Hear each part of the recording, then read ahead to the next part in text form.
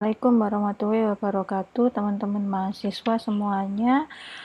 Kita sudah masuk ke penulisan proposal, yaitu tentang bab 1, 2, dan 3. Di sini saya jelaskan nanti tentang petunjuk penulisan proposal dan laporan skripsi. Bahwasanya jenengan bisa buka panduan, di sana lebih jelas dijelaskan. Di sini hanya saya rangkum saja. Jadi untuk proposal dan laporan, ingat kita menggunakan kata skripsi, bukan tugas akhir. Jadi seluruh tulisan menggunakan Time New Roman, termasuk rumus, gambar, dan tabel. Semuanya harus dipindah dalam bentuk Time New Roman. Kemudian fontnya untuk judul itu 14, untuk subjudul itu adalah 12. Rata kanan dan kiri, marginnya kanan, atas, dan bawah. Jadi sebelah atas ini, kanan dan bawah itu 3 cm. Batas kirinya itu 4 cm. Spasinya ada 2 spasi. Kemudian penjelasannya bersifat naratif. Jadi di dalam proposal atau laporan itu mulai depan sampai belakang tidak boleh ada gonta-ganti orang. Tidak boleh ada kata ganti orang seperti saya, kami, peneliti, penulis, penyusun, dan lain-lain.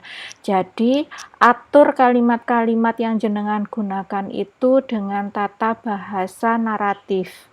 Penelitian ini membahas tentang bukan kami melakukan penelitian bla bla bla, ya.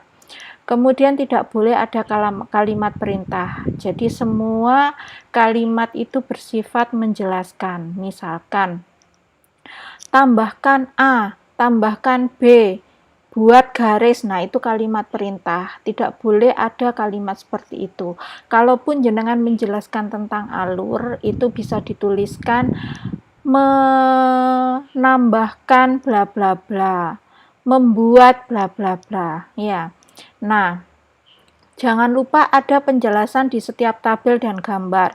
Biasanya kalau jenengan menggunakan tabel itu hanya tabel saja ditaruh, gambar saja ditaruh, tanpa ada penjelasan itu tabel apa, itu gambar apa, tabelnya menggambarkan apa, tabelnya itu menjelaskan apa, hasil dari apa. Nah, itu harus dijelaskan. Jadi buat laporan atau proposalnya jenengan itu seperti novel. Jadi semua yang baca itu mengerti. Ya, alurnya jelas, terinci begitu.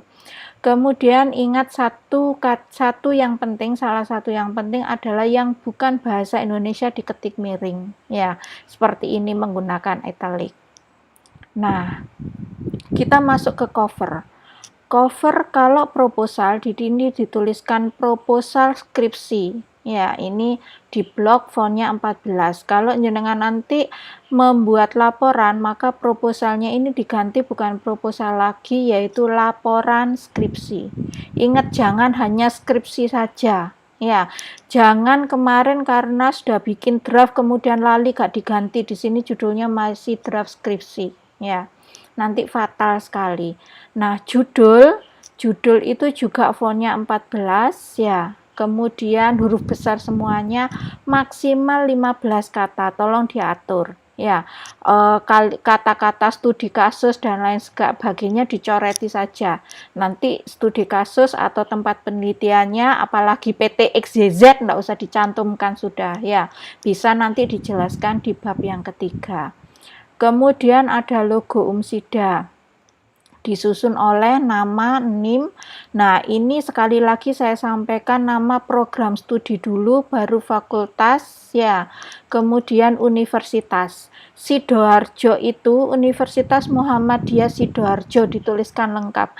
Karena Sidoarjo bukan menunjukkan kota, tapi menunjukkan nama kampus kita. Ya, kemudian tahun, ya tahun berapa. Kalau memang proposalnya jenengan berganti, misalkan di tahun depan, maka harus diupdate ini, bukan 2020 lagi, tapi 2021. Nah, setelah cover, ya masih dalam rangkaian cover itu ada lembar pengesahan. Nanti pada waktu pengumpulan atau pendaftaran seminar proposal jangan lupa sudah ditandatangani oleh dosen pembimbing. Ya, kemudian sudah ada kata pengantar. Kata pengantar ini sifatnya resmi. Jadi hilangkan ucapan terima kasih kepada keluarga, teman, ya. Kemudian istri, anak dan lain sebagainya. Jadi buat resmi ucapan ini dimulai dari dekan.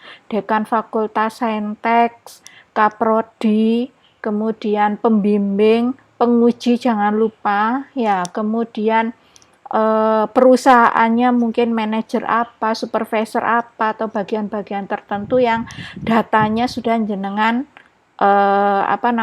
ambil, ya.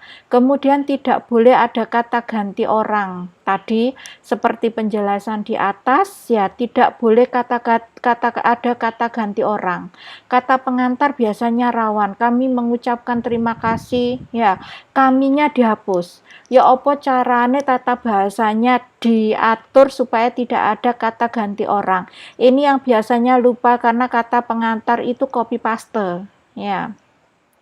Abstrak. Abstrak itu ada 3 alinea. Alinea yang pertama adalah masalah, berisi masalah dan tujuan. Alinea kedua metode yang digunakan. Alinea ketiga hasil.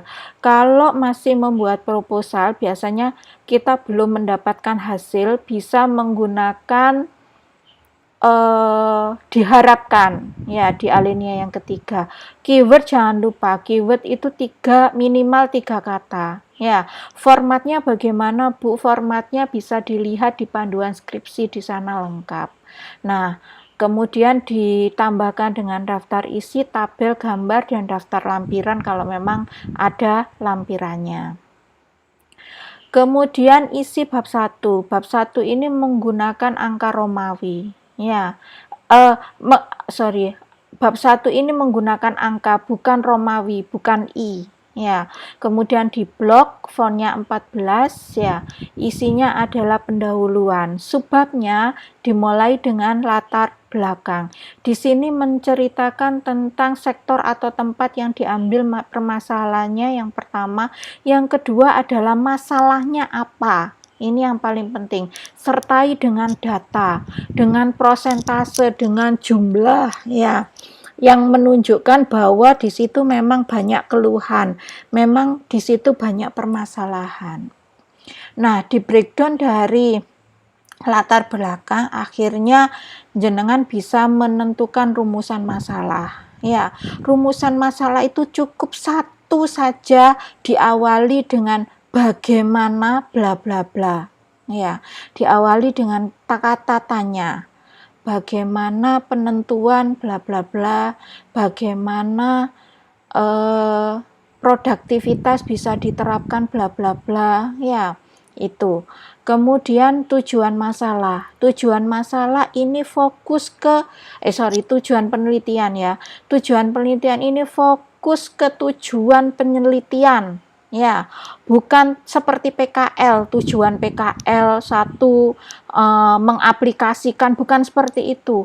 Tapi penelitiannya nanti mau apa? Ya, mendapatkan apa?